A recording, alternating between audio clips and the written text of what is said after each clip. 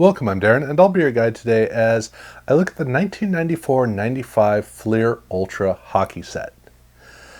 Fleer, when they started off their Ultra brand in 1991, started a tradition of basically making the same card for every single sport.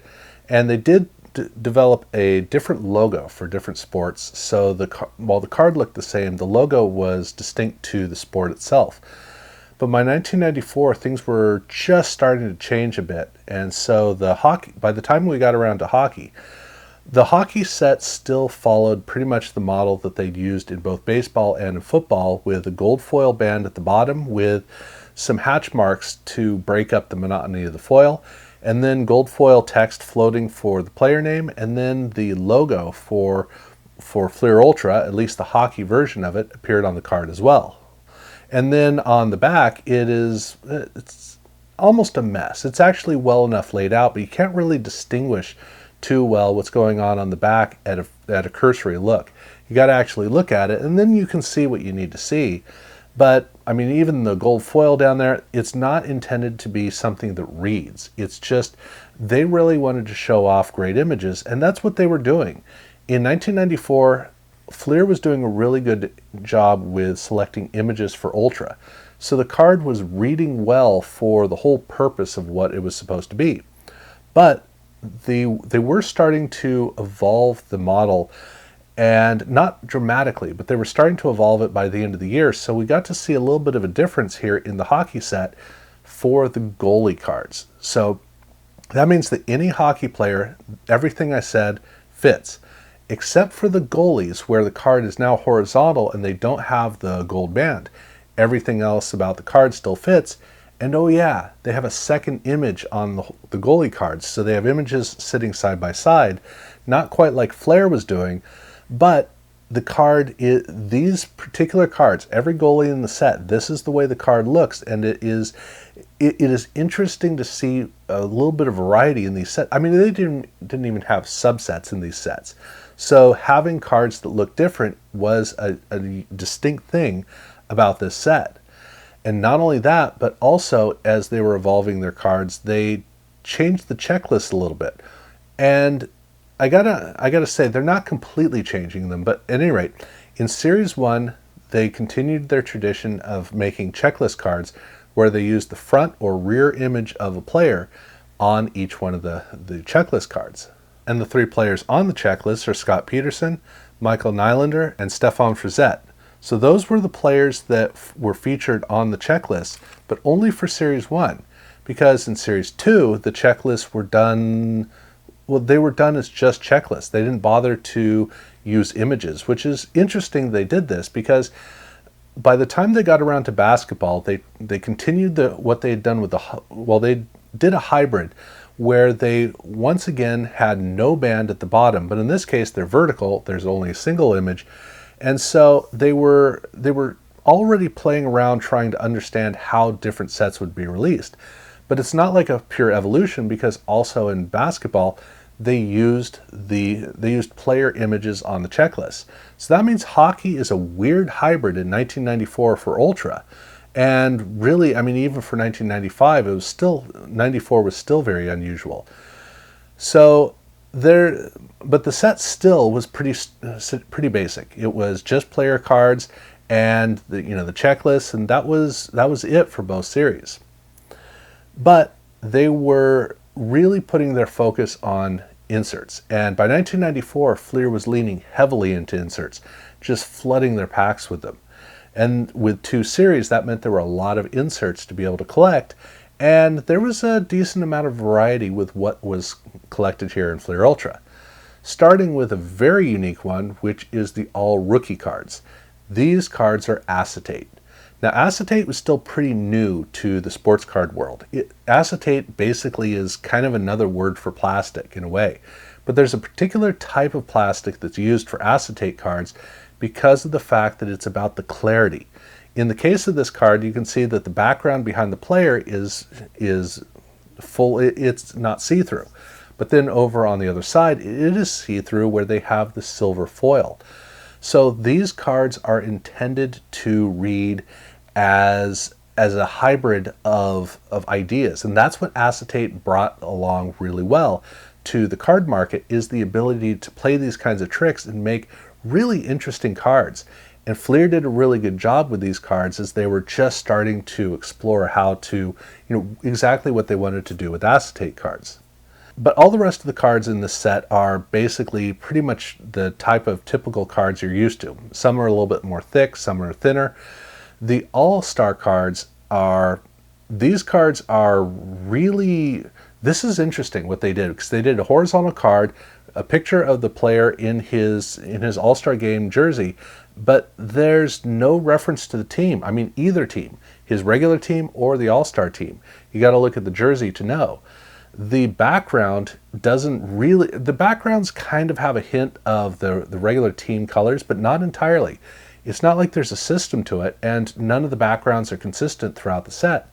So this is a card set that is just a glorious celebration of a player on the All-Star team, which is unique. Normally we see some association that goes in there, and so these cards, they don't look like they come out of packs. These cards, to me, they always look like they're an insert in a magazine or something like that.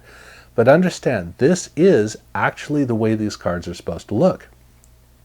Now, award winners is the card I'm most impressed with, because it's, again, a horizontal layout. In this case, they have a band on one side where they have the photo from the award ceremony, and then an almost square shot of the player, but behind the player is a wet glass image.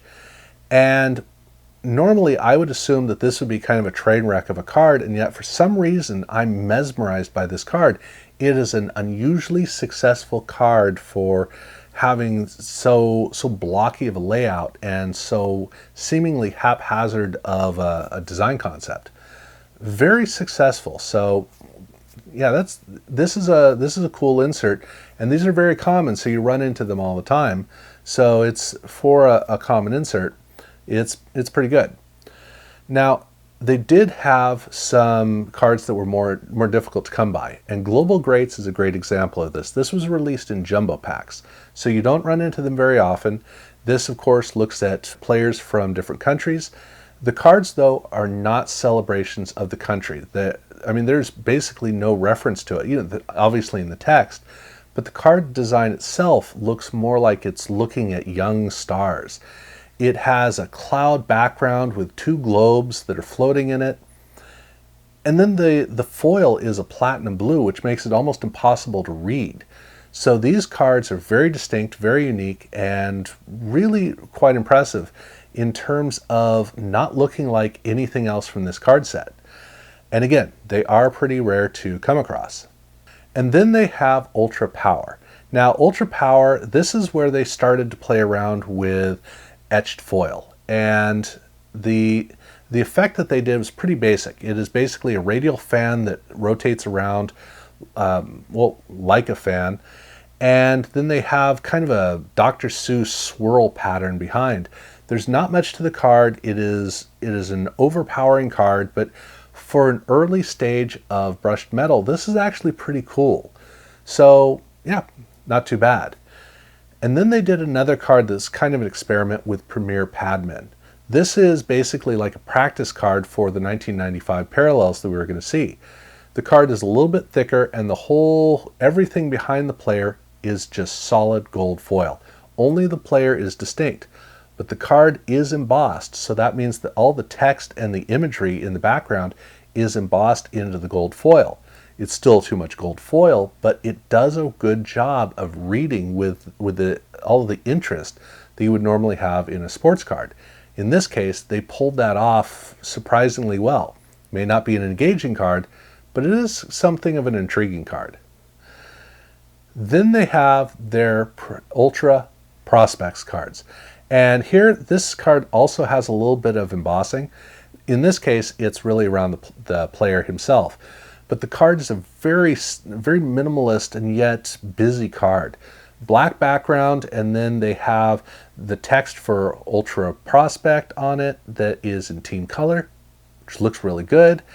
Picture of the player. The player is very distinct on this card, which makes it stand out and makes the player very vibrant on it.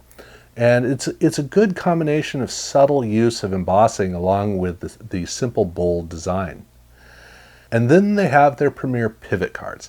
And this follows very similarly. This has no embossing to it, but they have a very, it's interesting because it's almost like a swirl pattern, but it's like boxes. The whole background is a very big, vibrant color that has enough of an effect that it has interest, but it doesn't draw your eye. Instead, the player is extremely upfront on this card. This is a card that does an amazing job of showcasing the player in the card. Then we've got Red Light Special. And so with Red Light Special, this was something where they used red foil on the card, and that's the whole point. However, for 1994, they made this card very busy. Why? I really don't know. But they have these horizontal portrait or horizontal pictures of action that's in 3 bands, different colors. And then you have the picture of the player, and the player kind of stands out. So it's not like you look at the card and you don't see the player, but the player is not distinct because of all the stuff going on in the background. And really the one thing you don't really see on this card is, interestingly, the red foil. You would expect for that to be the most prominent element on the card because that's the whole point of the creation of the card, but still, you know, you got to fill packs, and this was an idea to fill packs, that is for sure. Then they have Scoring Kings. And for Scoring Kings, this is a card that is like a crazy version of a flair card. 3 pictures of the player, really busy. I mean, this is a card where it might take you a while to even figure out who the player is. There's so much going on with the pictures of the player. And then the gold foils are very bold and upfront. Well, again, you got to fill packs, and that's so. While Ultra did make a lot of really good designs, they also made some stinkers. And this one, this is not an engaging card, which is too bad. But I mean, you know, we got plenty of other inserts to really focus on, so we don't really need it. Now, the Sergei Fedorov Performance Highlights cards, this is really nice. A tradition they'd been doing since 1992, where they have a whole set dedicated to the career of one player. For Sergei Fedorov, he was still very young in the league, so there wasn't a whole lot to talk about in that regard. But I mean, he did have his pre-career, so he had enough of a story to really make an interesting story to follow. Now, these cards have a full blue tint background, and because Sergei played his entire NHL career with the Red Wings, most of his cards, he is very bold, vibrant, strong on these cards, which makes these cards, it gives them a really distinct quality that makes them stand out. It's a good balance. But they also have the silver text, silver foil text on the card that kind of disappears, and it's almost like a hidden discovery, which is a cool trait to these cards. And they did continue the tradition of having autographs in packs, and for the autographed versions of the cards, like in previous years, there's an embossing that says Fleer on it that is the certified autograph certification for the cards. This was continued with the Sergei Fedorov cards here as well. And then they close out the set with Speed Merchants. Now, Speed Merchants is another one of these cases of you got to come up with an idea, and they figured, well, these guys are speedy, so we'll have them have like motion streaks and flag and stuff like that. And yeah, this one is too busy, so it's difficult to see the players. But again, if you're just collecting sets, this is another set you get out of the way, and you're probably never going to look at these cards again. Hopefully you don't. And that was the 1994-95 Fleer Ultra Hockey release. They would make a transition in 1995 proper into getting into parallels, and so the whole model of Fleer Ultra was about to change quite a bit. Now, 1995 was a major departure, and so it really is its own discussion, and I'll be looking at that in a separate video. So definitely look out for that video. Now, if you haven't subscribed to my channel, I do urge you to do so. Definitely check out the other videos that I do, whether it is the design rankings or the box reviews or these set breakdowns. And yeah, other than that, I'm gonna thank you for watching.